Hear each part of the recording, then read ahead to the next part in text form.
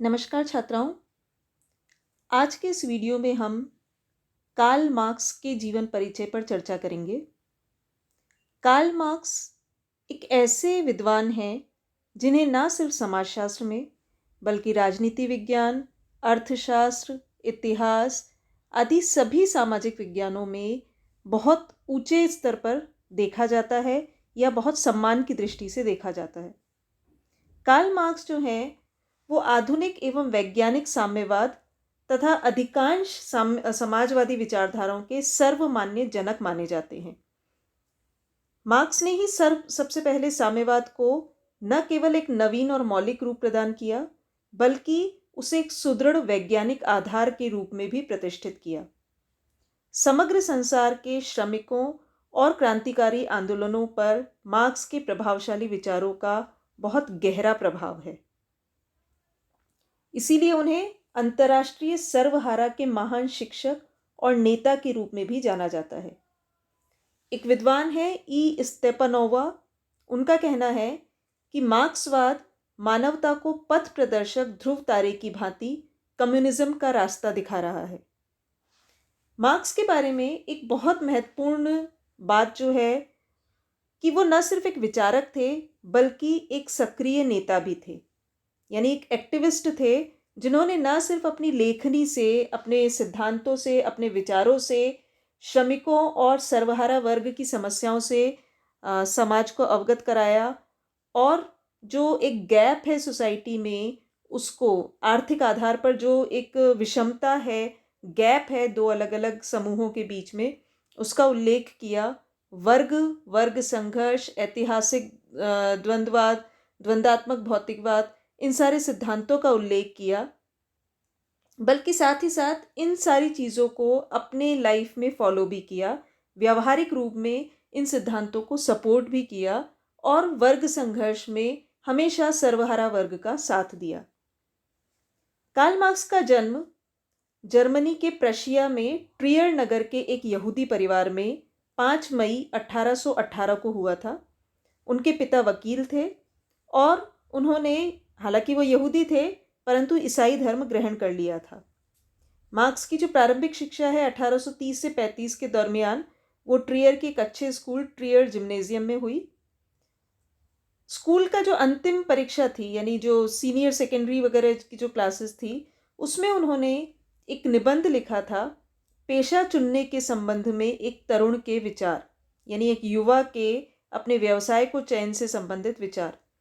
इस निबंध से उनकी जो उस समय की 17 वर्ष की आयु में जो सोच थी, मानवता के प्रति त्यागपूर्ण सेवा करने की जो उनकी भावना थी, वो उसमें रिफ्लेक्ट हो रही थी।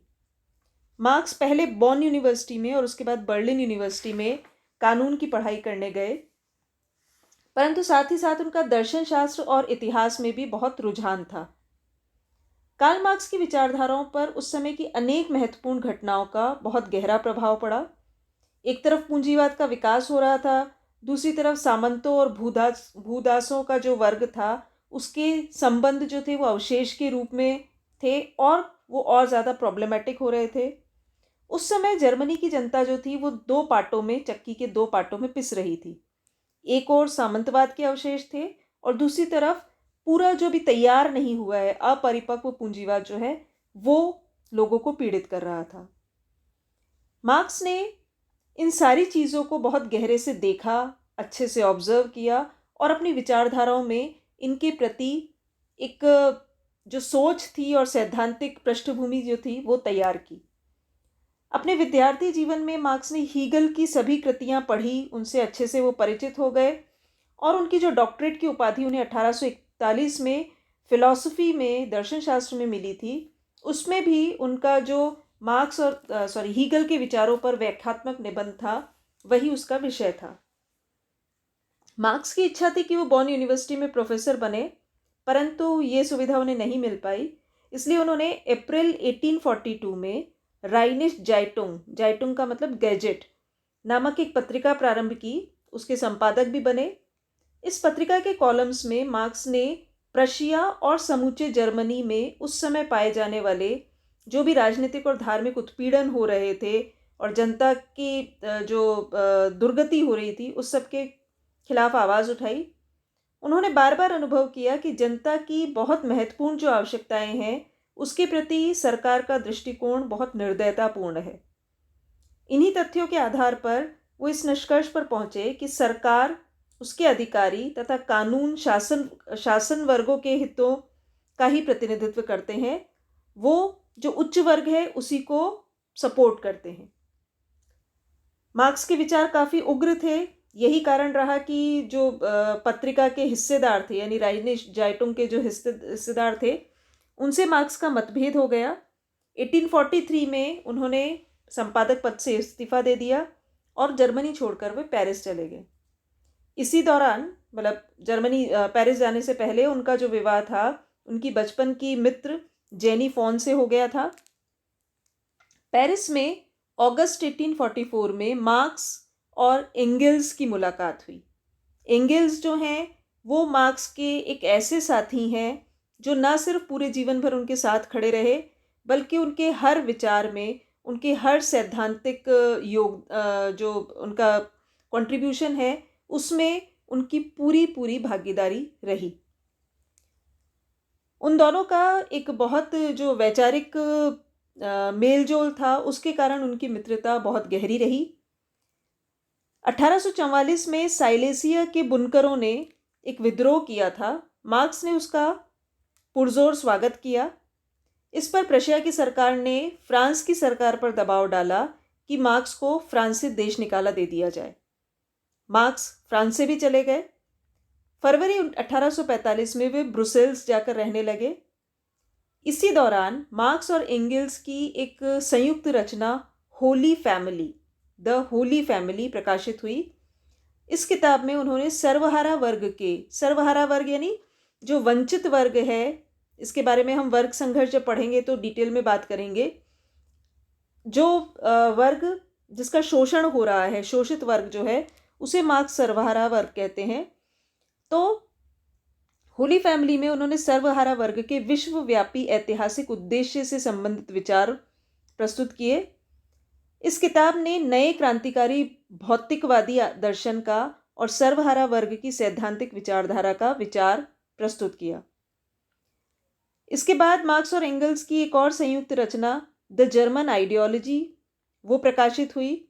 इसमें उन्होंने हीगल के विचारों की आलोचना भी की और नए नव हीगलवादी जो थे उनके विचारों को भी उन्होंने समझा और उनको आलोचनात्मक मूल्यांकन किया। उन्होंने यहाँ बताया कि कम्युनिज्म के साम्यवाद के दो प्रमुख स्तंभ हैं, द्वंद्वात्मक भौतिकवाद और ऐतिहासिक भौतिकवाद। इसी प्रकार मार्क्स और एंगल्स ने कम्युनिस्ट लीग की जो दूसरी कांग्रेस होने वाली थी उसको बहुत महत्व दिया। इस कांग्रेस में 1847 में नवंबर के अंत में और दिसंबर में लंदन में कांग्रेस हुई थी। इसमें इन दोनों मित्रों को कम्युनिस्ट मैनिफेस्टो लिखने का काम सौंपा गया और कम्युनिस्ट मैनिफेस्टो या कम्युनिस्ट घोषणा पत्र जो है वो मार्क्स की अमर रचना मानी जाती है, जो कि लंदन में ही फरवरी 1848 में प्रकाशित हुई। यह वैज्ञानिक कम्युनिज्म के कार्यक्रम का महत्वपूर्ण दस्तावेज था और इसी में सबसे पहली बार सर्वहारा वर्ग के क्रांतिकारी सिद्धांतों की एक संक्षिप्त और सरल व्याख्या की गई। 1848 में मार्क्स ने द पॉवर्टी ऑफ फिलॉसफी यानी दर्शन शास्त्र की दरिद्रता, इसकी रचना की। इस रचना में ही पहली बार द्वंद्वात्मक और ऐतिहासिक भौतिकवाद के बुनियादी सूत्र जो थे वो प्रस्तुत किए गए। इसमें सारी पूंजीवादी अर्थव्यवस्था की प्रमुख तथा बुनियादी दुर्बलताएं और दोष जो है वो मार्क्स ने प्रस्तुत किए।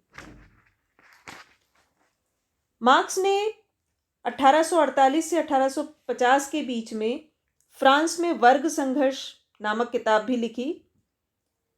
यह किताब भी बहुत महत्वपूर्ण है इस दृष्टि से क्योंकि इसमें वैज्ञानिक समाजवाद और विभिन्न प्रकार के पूंजीवादी, निम्न पूंजीवादी और कल्याणवादी समाजवाद, इन सब में क्या भिन्नता है इसके बारे में उन्होंने उल्लेख किया। 1867 में 1867 में मार्क्स की विश्व विख्यात पुस्तक दास कैपिटल,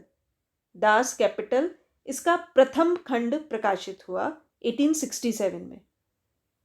परंतु इसका जो दूसरा और तीसरा खंड था वो उनके जीवन काल में प्रकाशित नहीं हो पाया था, और एंगल्स जो उनके परम मित्र थे उन्होंने 1885 में और 1894 में उनका दूसरा और तीसरा खंड प्रकाशित किया। दास कैपिटल जो है वो मार्क्स की सबसे अनुपम देन मानी जाती है।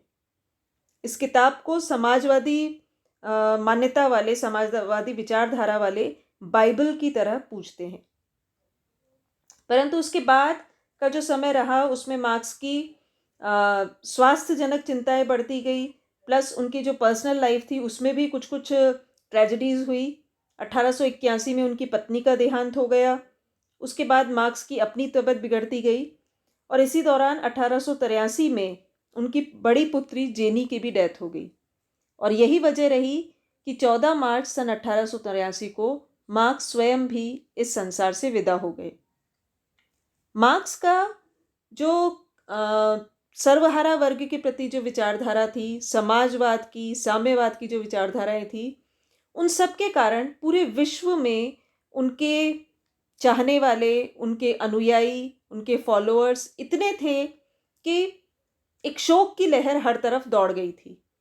एंगल्स जो थे उन्होंने मार्क्स की मृत्यु के अवसर पर जो पत्र लिखा, अंतर्राष्ट्रीय क्रांतिकारी आंदोलन के लिए एक बहुत बड़ी क्षति उसे बताया मार्क्स की मृत्यु को। उन्होंने लिखा, हमारी पार्टी के सबसे महान मस्तिष्क ने सोचना बंद कर दिया है। आज एक ऐसे दृढ़तम हृदय ने धड़कना बंद कर दिया है जैसा मैंने पहले कभी देखा सुना नहीं था। तो कार्ल मार्क्स जो है वो समाज के जितने भी अध्ययन के स्रोत हैं, चाहे वो समाजशास्त्र हो, चाहे वो राजनीति विज्ञान हो, अर्थशास्त्र हो, दर्शन शास्त्र हो, इतिहास हो, उन सभी विद्यार्थियों के लिए एक बहुत बड़ी प्रेरणा है। और उनका जो योगदान है वर्ग संघर्ष और अलगाववाद और बाकी सारी चीज़ों के बारे में, वो अपने आप में उनकी अनमोल विचारधाराएं हैं जो कि हमें युग युगों तक प्रेरित करती रहेंगी। धन्यवाद।